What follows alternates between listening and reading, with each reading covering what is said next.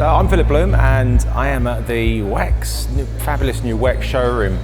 I'm talking about the Panasonic EVA-1 today, which is cool. I've never been here before and it's a treasure trove of things that wants to steal my money. So my talk is really for people who are interested in buying the EVA-1 because it's Panasonic's first sub £10,000 Super 35 camcorder.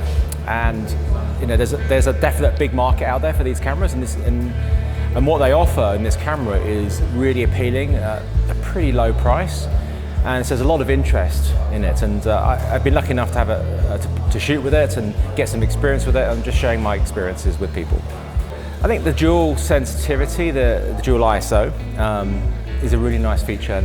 It's nice to be able to have 800 and 2500 ISO, which maintain a dynamic range and look pretty much as clean as each other. Having 4K 10-bit internal recording doesn't do it on every single frame rate, but it does it for all the important ones, and that is a really important feature. And it uses affordable media as well, and it's light. So all these things really add up. I think once I put out my video of the first stuff that I shot with it, and then my review, I think I answered all the questions in it. But today though, there's been loads more. Definitely much more of the technical ones, because on those different frame rates and the recording, there's so many different variables.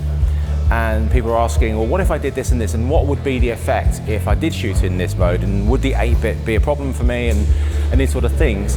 And it's just kind of just setting people's mind at rest and don't worry about some of these things too much, because it is a dual camera, and that's, I think, one of its biggest strengths.